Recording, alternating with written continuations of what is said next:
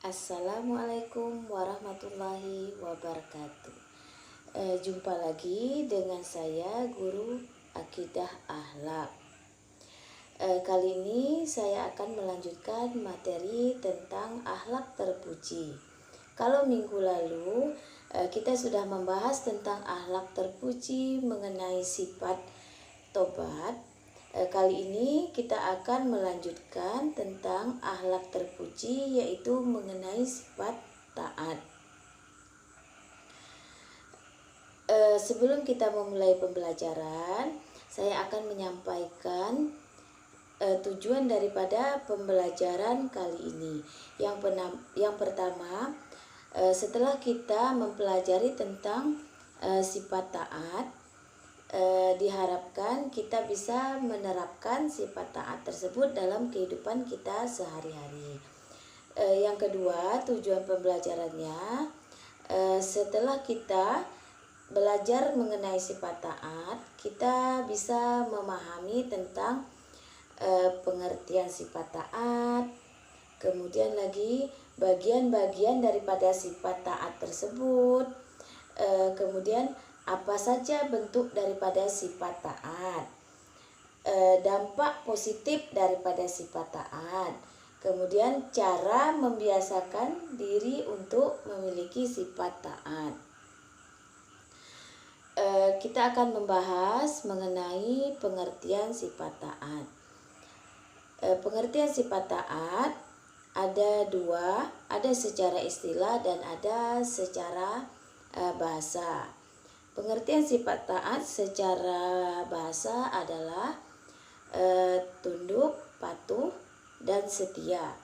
Sedangkan pengertian sifat taat secara istilah itu adalah tunduk, patuh, setia terhadap perintah Allah Subhanahu wa Ta'ala. Jadi taat itu adalah kita tunduk dan patuh serta setia kepada Allah Subhanahu wa Ta'ala atau aturan-aturan Allah Subhanahu wa Ta'ala. Kemudian menjalankan segala perintahnya serta menjauhi segala larangan Allah Subhanahu wa Ta'ala. Adapun pembagian daripada sifat taat itu dapat dibagi menjadi tiga bagian. Yang pertama yaitu adalah taat kita kepada Allah Subhanahu wa Ta'ala. Kemudian yang kedua itu adalah taat kita kepada Rasul Allah Subhanahu wa Ta'ala. Yang ketiga itu adalah kita taat kepada ulil amri atau pemimpin.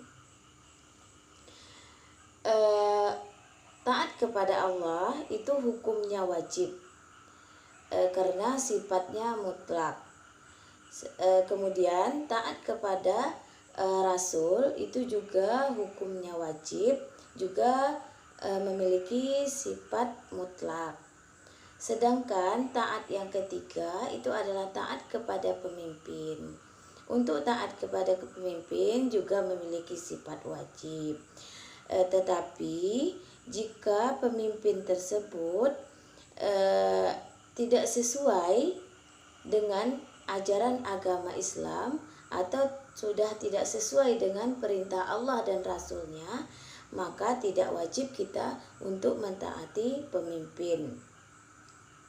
Adapun bentuk dan contoh sifat taat tersebut adalah taat kepada Allah, yaitu kita senantiasa menjalankan perintah Allah tepat pada waktunya. Contoh, kita menjalankan sholat. Apabila masuk waktu sholat, maka kita bersegeralah untuk melakukan sholat.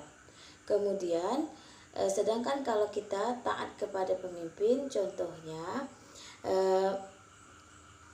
menjalankan perintah pemimpin yang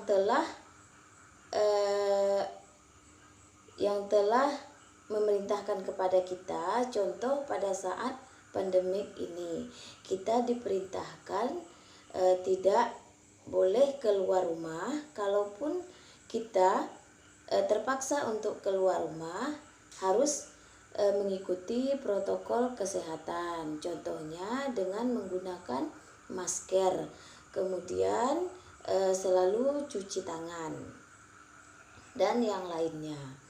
Berikutnya, dampak positif daripada sifat taat itu yang pertama itu adalah kita mendapatkan kepuasan batin.